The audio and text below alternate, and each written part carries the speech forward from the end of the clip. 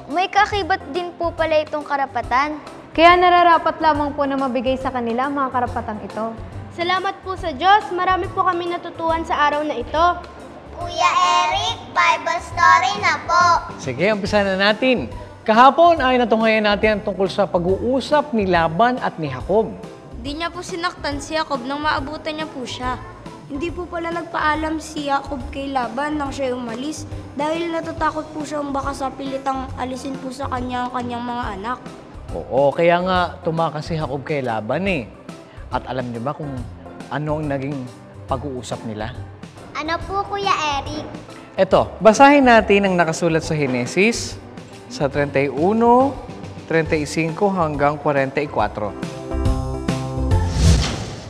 At sinabi niya sa kanyang ama, Huwag magalit ang aking Panginoon na ako'y hindi makatindig sa harap mo, sapagkat ako'y mayroon ng kaugalian ng mga babae.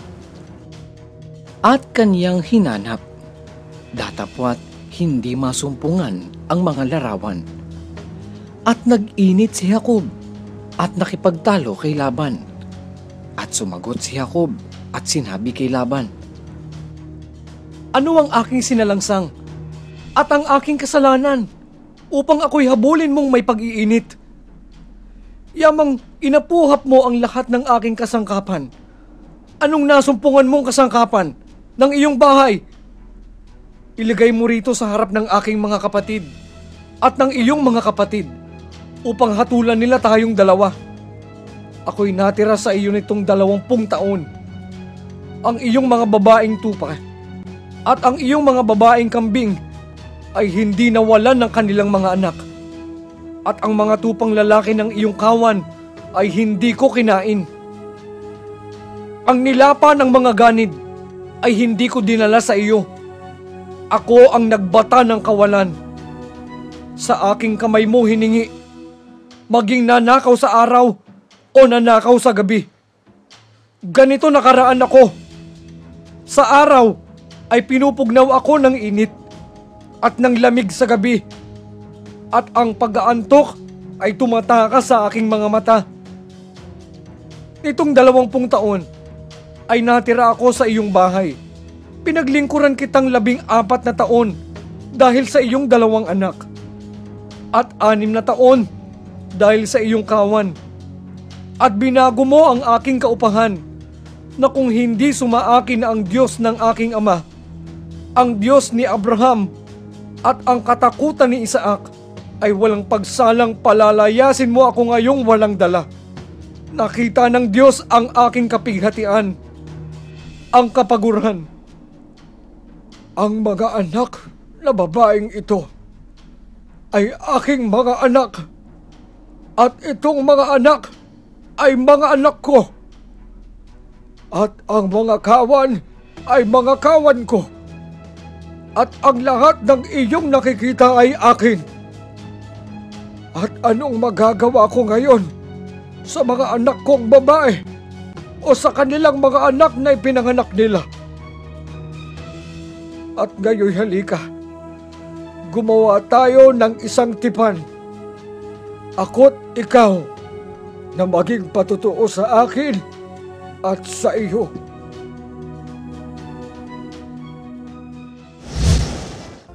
Kaya pala nagalit si Jacob kasi pinaratang ni Laban na kinuha niya ang mga pag-aaring larawan niya nang siya'y tumakas.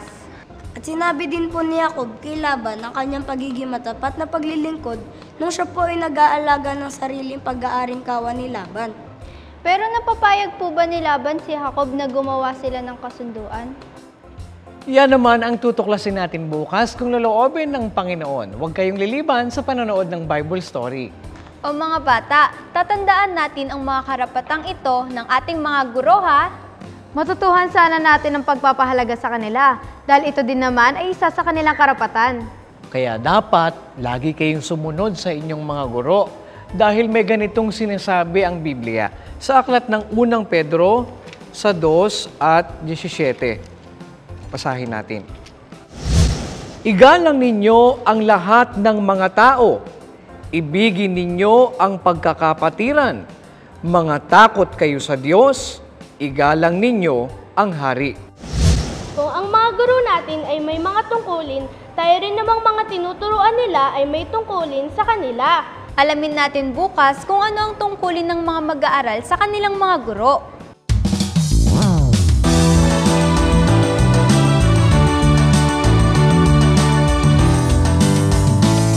Bawat bansa at lahi ay mayroong sariling Wikang namumatawi sa bawat labi. Ang wika ay kailangan sa pagkakakilanlan at magkaunawaan ang buong sambayanan. kay palatin ng bayan, sa iyo'y nasumbungan.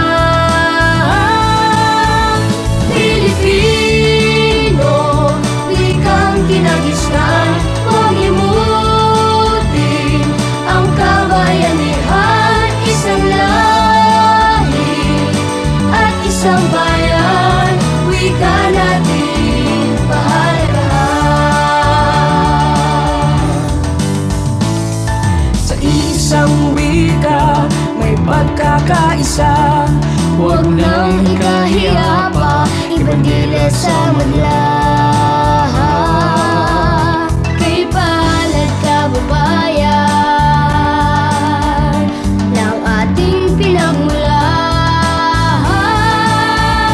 Pilipino, wikang kinagisnan, huwag limutin ang kabayanihan. Isang lahi at isang bayan, wika natin pahalagahan.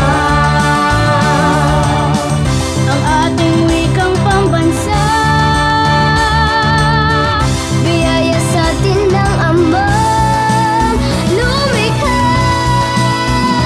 Pilipino, wikang kinagisnan, huwag limutin ang kabayanihan. Isang lahi at isang bayan, wika natin pahalagahan. At sikapin natin na mabatid aral ng Diyos sa matuwid. Aral ng Diyos sa matuwid. Hanggang dito mga bata, bukas kung loloobin ng Panginoon ay muli tayong magkita-kita. Dito lang sa nag-iisang Bible School on Air, ang KNC Show! The KNC Show, will teach us while we grow. Sa tulong ng ating Diyos Ama, isipan ay magliliwanag. The KNC Show, will teach us while we grow. Sa tulong ng ating Diyos Ama, isipan ay magliliwanag na.